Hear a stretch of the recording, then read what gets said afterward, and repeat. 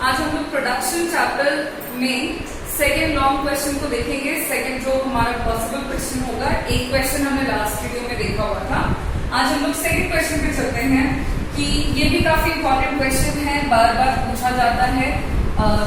इसके भी चांसेस है कि एग्जामिनेशन में पूछे जा सकते हैं, तो इसको सेकेंड क्वेश्चन बोलते हैं हम लोग। एंड क्वेश्चन है आपका कि explain the law of variable proportion. Simple आपका एक क्वेश्चन रहता है 6 मार्क्स में, जिसमें आपसे पूछा जाता है लॉ ऑफ वेरिएबल प्रोपोर्शन को एक्सप्लेन करें। इसी क्वेश्चन को दूसरे तरीके से भी पूछा जा सकता है, जैसे कि explain the law of variable proportion of N input. मतलब सेम क्वेश्चन है, बस थोड़ा थोड़ा सा अंतर है, आंसर सबका सेम रहेगा। इसी को दूसरे तरीके से भी पूछा जा सकता है, तीसरे तरीके से भी, वो है explain the 3 stages of law of variable proportion. तो देखो सवाल एक ही है, जवाब इसका एक ही होगा, लेकिन इसके तरीके अलग अलग हो सकते हैं आपसे पूछने के।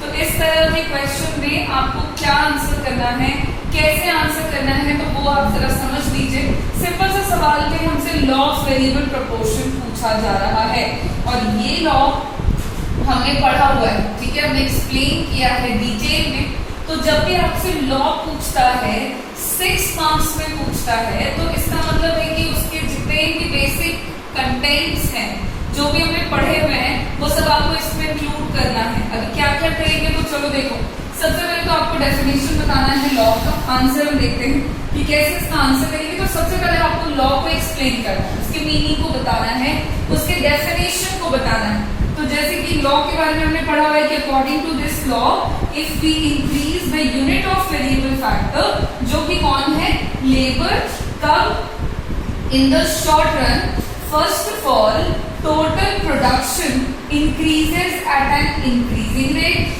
After some level, it will start increases at a decreasing rate and then at a negative rate. हमारा लॉ बोलता है कि शुरुआत में, चूंकि हम शॉर्ट टर्म में हैं, तो वेरिएबल फैक्टर जो कि हमारे पास लेबर होगा, उसके यूनिट को हम जैसे जैसे बढ़ाएंगे, टोटल प्रोडक्शन जो है वो सबसे पहले इंक्रीजिंग ऑर्डर में बढ़ेगा, फिर कुछ वक्त के बाद वो डिक्रीजिंग ऑर्डर में बढ़ने लगेगा, एंड देन आफ्टर वो नेगेटिव रेट से बढ़ेगा या नेगेटिव हो जाएगा। तो इस लॉ को, तो आपको सबसे पहले करना है, लॉ को लिख देना है, क्या है लॉ, एंड देन लॉ है, तो लॉ के कुछ एजम्पशंस हैं, तो आपका एजम्पशन लिखने हैं, इस लॉ के भी हैं।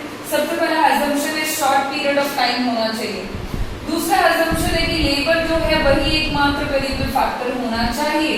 तीसरा एजम्पशन है कि जितने भी लेबर को आप इस्तेमाल कर रहे हैं in the process of production, उसे अज्यूम कर दिया गया है कि वो होमोजीनियस है, या फिर आप कहें कि वो इक्वली एफिशिएंट है, ठीक है।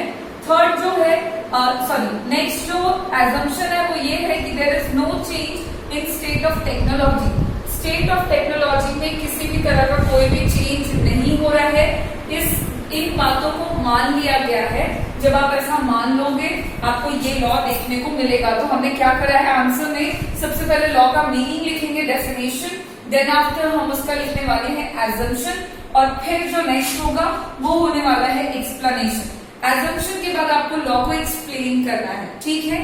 एक्सप्लेनेशन के लिए आपको 2 चीजों का इस्तेमाल करना है, एक टेबल और दूसरा आप करोगे इस्तेमाल डायग्राम का, जो हम लोग यहाँ पे करने वाले हैं। तो टेबल बनाया है लॉ ऑफ वेरिएबल प्रोपोर्शन का, यहाँ फिक्स्ड फैक्टर दिखा रहे हैं, वेरिएबल फैक्टर दिखा रहे हैं, टोटल प्रोडक्शन ले रखा है, जिसको हम लोगों ने एवरेज प्रोडक्शन को QL यानी कि क्वांटिटी ऑफ वेरिएबल फैक्टर से मल्टीप्लाई करके निकाला है।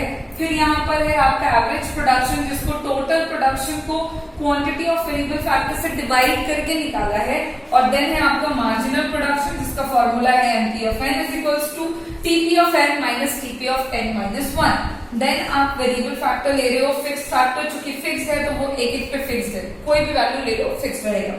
वेरिएबल फैक्टर को आपको यूनिट वाइज इंक्रीज कराना है, क्योंकि हमारा लॉ वही कहता है। टोटल प्रोडक्शन का वैल्यू हमने खुद से अज्यूम किया है, इनिशियली इंक्रीजिंग ऑर्डर में बढ़ता हुआ है, फिर डिक्रीजिंग ऑर्डर में, फिर आपका कांस्टेंट है, देन नेगेटिव ऑर्डर में है। एवरेज प्रोडक्शन को हमने टीपी को वेरिएबल फैक्टर से डिवाइड करके निकाला है, एंड मार्जिनल प्रोडक्शन का फॉर्मूला ये है। तो ये वाला फॉर्मूला आपने बहुत बार अप्लाई किया हुआ है, प्रोडक्शन में, कॉस्ट में, रेवेन्यू में हमें आता है, ठीक है। तो वही फॉर्मूला अप्लाई करके वैल्यू निकाला हुआ है। एंड देन इस टेबल से आपको दिख रहा है कि इनिशियली जब 0 से लेकर के 4 यूनिट तक quantity of unit of variable factor को हम बढ़ा रहे हैं, यूनिट वाइज बढ़ा रहे हैं, देन टोटल प्रोडक्शन जो है वो इंक्रीज हो रहा है, 0 से 4 यूनिट तक बढ़ रहा है। जब इसके बीच का हम डिफरेंस कर रहे हैं तो 0 से 2 के बीच का डिफरेंस 2, 2 से 5 के बीच का डिफरेंस 3, 5 से 9 के बीच का डिफरेंस 4 है, आप 3 तक लो इसको, ठीक है। देन यहाँ पे क्या हो रहा है कि जब आप डिफरेंस देख रहे हो टोटल प्रोडक्शन का, देन टोटल प्रोडक्शन बढ़ रहा है और इसका डिफरेंस भी बढ़ रहा है, इसका मतलब है टोटल प्रोडक्शन इंक्रीजिंग ऑर्डर में बढ़ रहा है। उसके बाद हम जैसे जैसे यूनिट ऑफ वेरिएबल फैक्टर को बढ़ा रहे हैं, आपका देखो 4 से 5, 6 जैसे जैसे बढ़ाया टोटल प्रोडक्शन फिर से बढ़ रहा है, 12, 14, 15 बढ़ रहा है, बट इसके बीच का डिफरेंस करते हैं तो 12 से 14 के बीच का डिफरेंस 2 है, 14 से 15 के बीच का डिफरेंस 1 है, और यहाँ 9 से 12 का डिफरेंस ले लो तो 3 आता है। तो डिफरेंस देख रहे हैं हम कि वो घट रहा है, इसका मतलब है कि टोटल प्रोडक्शन बढ़ रहा है, और बढ़ने का रेट कैसा है, डिक्रीजिंग है। और देन आफ्टर 7 से 8 किया, देन टोटल प्रोडक्शन जो है वो 15 से बढ़ के 13 हो गया, यानी कि डिफरेंस है -2, इसका मतलब है कि टोटल प्रोडक्शन नेगेटिव रेट से बढ़ रहा है। तो टेबल में बात समझेंगे आप, क्या मैं बता रही हूँ, टेबल में हमको दिखाई दे रहा है कि हम जैसे जैसे यूनिट वाइज वेरिएबल फैक्टर के यूनिट को बढ़ा रहे हैं, यूनिट वाइज वेरिएबल फैक्टर को बढ़ा रहे हैं, total production initially increasing order में बढ़ रहा है, फिर कुछ वक्त के बाद डिक्रीजिंग ऑर्डर में बढ़ रहा है, और फिर वो नेगेटिव हो गया है, जो हमारा लॉ कहता है। तो इसी बात को हमने टेबल से प्रूव किया। इस बात को आप 2 लाइन में टेबल के नीचे एक्सप्लेन कर देंगे, आप लिख देंगे अपने ओन लैंग्वेज में, आप इस बात को लिख देंगे कि टेबल हमारा ये एग्जिबिट कर रहा है, टेबल शो करता है कि इनिशियली वेरिएबल फैक्टर के यूनिट को हम बढ़ाते हैं, then total production increasing order में बढ़ रहा है, after some level it will start, मतलब कुछ वक्त के बाद वो बढ़ने लगेगा डिक्रीजिंग ऑर्डर में, एंड देन कुछ वक्त के बाद वो बढ़ने लगेगा नेगेटिव रेट से। फिर इसी वैल्यूज को हमने ग्राफ में प्लॉट करके डायग्राम बना लिया है variable factor, sorry law of variable proportion का। यहाँ पे हमने 2 डबल ग्राफ बनाया है, ऊपर y एक्सिस पे हम टोटल प्रोडक्शन ले रहे हैं, नीचे x एक्सिस पे हमने आउटपुट सॉरी वेरिएबल फैक्टर लिया हुआ है, ठीक है, वेरिएबल फैक्टर लिया हुआ है जिसे हम QL से डिनोट कर रहे हैं, okay. And same variable factor नीचे के भी ग्राफ में होगा x एक्सिस पर, एंड नीचे के ग्राफ में y एक्सिस पे हम marginal production and average production ले रहे हैं, ओके। अब हमने टोटल प्रोडक्शन का कर्व बनाया है इन वैल्यूज की मदद से जो टेबल में है, और सेकेंड ग्राफ में हमने एवरेज और मार्जिनल प्रोडक्शन का कर्व बनाया है इन वैल्यूज की मदद से। अब यहाँ पे आपको दिखाई दे रहा है, जब आप ऐसा प्लॉट कर लोगे देन टोटल प्रोडक्शन का डायग्राम आपको कुछ इस शेप का बनेगा। ये सारी बातें हमने डिस्कस कर रखी है, मैं आंसर आपको जस्ट बता रही हूँ। देन आप एवरेज मार्जिन का ग्राफ बता देंगे, फिर ग्राफ में आप स्टेजेस दिखा देंगे जो बहुत इंपॉर्टेंट है। 3 स्टेजेस हमको इस ग्राफ में दिखते हैं, एक है स्टेज 1, दूसरा है आपका स्टेज 2 और तीसरा है स्टेज 3।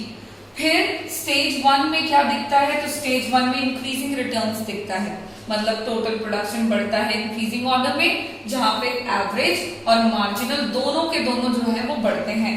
सेकेंड स्टेज जो है वो डिक्रीजिंग रिटर्न्स दिखाता है, जहां पे टोटल प्रोडक्शन बढ़ता है डिक्रीजिंग ऑर्डर में, और एवरेज और मार्जिनल दोनों के दोनों घटते हैं। फिर थर्ड स्टेज है जो कि नेगेटिव रिटर्न्स दिखाता है, जहां पे क्या होता है कि टोटल प्रोडक्शन जो है वो डिक्रीज करता है, और देखो मार्जिनल प्रोडक्शन जो है वो नेगेटिव हो जाता है क्योंकि ये एक्स एक्सिस के नीचे है, ओके। फिर इसमें 2 पॉइंट्स और इंपॉर्टेंट है, एक पॉइंट के जरूर आप दिखाएंगे। पॉइंट के बारे में मैंने आपको पहले बताया है, इसका नाम है पॉइंट ऑफ इन्फ्लेक्शन, और पॉइंट ऑफ इन्फ्लेक्शन हम उस पॉइंट को कहते हैं जहां पे टोटल प्रोडक्शन अपने कर्व के नेचर को बदलता है। पहले इंक्रीजिंग रेट से बढ़ रहा था और इस पॉइंट से वो डिक्रीजिंग रेट से बढ़ना चालू हो गया है। और इस पॉइंट पर आप देखोगे ये पॉइंट कहाँ मिलता है हमें, तो हमने पढ़ा हुआ है कि पॉइंट ऑफ इन्फ्लेक्शन वहां होता है जहां पे मार्जिनल प्रोडक्शन जो है वो मैक्सिमम होता है। तो जिस पॉइंट पर जिस वेरिएबल फैक्टर के यूनिट पे मार्जिनल प्रोडक्शन मैक्सिमम होगा, उसी पॉइंट पे टोटल प्रोडक्शन जो है वो अपने नेचर को चेंज करेगा। एंड देन फिर आपका है मैक्सिमम पॉइंट टी दिखाते हैं टोटल प्रोडक्शन के कर्व पे, वो वहां होता है जहां पे मार्जिनल प्रोडक्शन 0 के बराबर हो जाता है। तो ये करके आपका ग्राफ जो है वो एकदम कंप्लीट हो जाएगा। आपको एकदम क्लैरिटी से ग्राफ को दिखा देना है, जो जो चीजें आप बता रहे हो उसको एकदम लोकेट कर दीजिए बहुत ही सफाई के साथ, और ये स्टेजेस को आप डिफाइन कर दीजिए एक एक लाइन पे जो बताया है। जो स्टेज शो कर रहा है उसको लिख दीजिए। तो स्टेजेस हो गए। देन आफ्टर आपको क्या करना है, नेक्स्ट का कॉजेस बता देना है कि ये तीनों स्टेजेस के कॉजेस क्या क्या हैं, जो कि हमने ऑलरेडी पढ़ा हुआ है, हमने लिखा हुआ है। तो बस कॉजेस बता दीजिए, आपका लॉ जो है वो फिनिश हो जाएगा, और इसी के साथ आपके 6 मार्क्स का आंसर जो है वो कंप्लीट हो जाता है। तो ध्यान से बात समझेंगे कि हमारा सवाल 6 नंबर में अगर इस तरह का पूछता है तो हमें क्या क्या कंटेंट इंक्लूड करना है। एक बार फिर रिपीट करूंगी कि जो जैसा बताया है एज इट इज इसको रट्टा नहीं मार लेना है। आपको बस इसको समझने के लिए आपको मैंने एक स्ट्रक्चर बताया है। आप इसको याद कैसे रखोगे, जितना भी आंसर आप अपने मन से कर सकते हैं। This is totally up to you कि आप इसको अपने तरीके से, you can answer in your own way, आप कर सकते हो।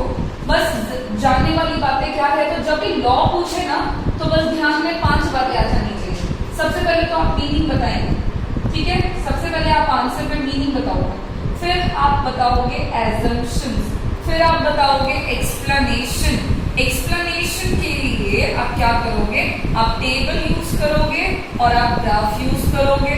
ओके, टेबल के वैल्यूज आप अपने मन से यूज करो, कोई बात नहीं। एंड देन आप एक्सप्लेन करने के बाद क्या लिखोगे, तो आप लिख दोगे कॉजेस। तो ये 4 बातों से आपका आंसर जो है, लॉ वाला आंसर, वो कंप्लीट होता है। और ये जो 4 बातें मैं रिपीट करूँ, इसके बाद अगर कोई भी हमसे दूसरा लॉ पूछा जाता है तब भी हमें ये 4 टर्म्स, 4 पॉइंट्स को अपने आंसर में इंक्लूड करना है। ये 4 कर देने से हमारा 6 नंबर का आंसर बिल्कुल कंप्लीट हो जाता है। ओके, मार्क्स देने वाले कहीं से भी आपका मार्क्स कट करने के बारे में नहीं सोच पाएंगे, क्योंकि आपने पूरा का पूरा आंसर जो है वो इंक्लूड किया है, मतलब अपना पूरा आंसर प्रेजेंट किया है अपने आंसर शीट में। तो इस तरह से हम लोगों ने आज एक क्वेश्चन देखा है। इसके बाद हम लोग एक और क्वेश्चन देखेंगे जो कि हम नेक्स्ट वीडियो में करेंगे। Thank you.